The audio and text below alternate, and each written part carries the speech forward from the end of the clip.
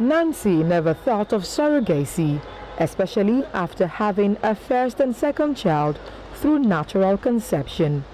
Her struggle with 7 years of miscarriage led her to surrogacy. It's not something I even thought of in the beginning at all. So when it came, it was more of a relief for us. It was like, oh wow, thank God there's another option, because we had gone through several miscarriages.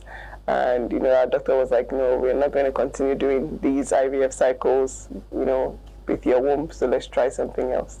So it was a relief, and there were no challenges. It was just, thank God. Surrogacy is an agreement where a woman agrees to carry a child for another person or people who will become the child's biological parent after birth. It is considered one of the many assisted reproductive technologies and supported by a legal framework. However, visiting one of Nigeria's surrogacy agencies was an eye-opener. One of the surrogates talked about the rationale behind her decision as she shared her experience. I've always had this empathy for those that doesn't have the chance to, have a child on their own. At first, I didn't know it was possible for someone like us to, carry a child for another person. But as time goes, I got to know and I was like, wow, so something like this exists. Then let me just go for it. In an interview with the founder of the agency, she took us through the different types of surrogacy and which is most appropriate for intended parents. We want the intended parents to be connected to the baby, if not both of them, at least one of them. And if either of them are not genetically related, then we will now bring in the third party, which can either be donor, egg donor, or sperm donor, or to help out.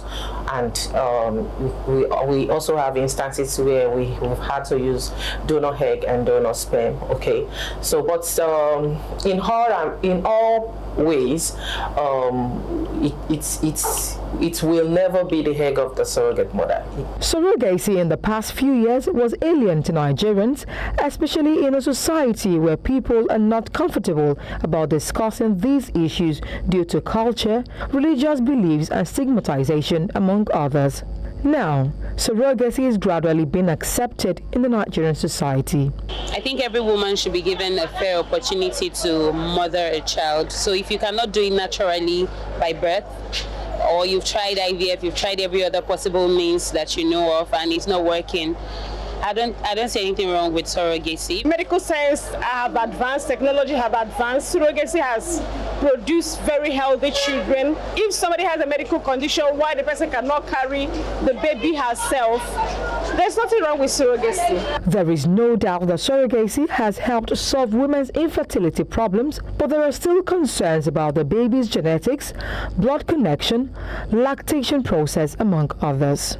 The placenta is what forms the connection. That's where blood exchange and nutrition, every other thing is exchanged between the mother and the baby. By the time the baby is born, there's usually no DNA material linking this surrogate to the fetus. In Nigeria, there are no laws surrounding surrogacy. It is neither authorized nor prohibited, but bound by a contract according to legal professionals. There's no federal law as we speak on it, okay? There's a legislation at the National Assembly as we speak, but it has not really seen the light of the day. So for those who practice it, it is practice of that simple contract in Nigeria, just like buying and selling. That's how it is, and it shouldn't be. The only law close to it is the Lagos State Assisted Reproductive Technology Law, which has to do with IVF. That's the only law close to it, because they are all both assisted reproductive conditions. Despite the surrogacy business booming, not many families have access to this procedure, as it costs between 10 to 15 million, according to surrogate agencies. While intended parents may have to rely on other means like adoption, others are hoping surrogacy gets well regulated in the country. In Lagos for News Central, Omolola, Ololade.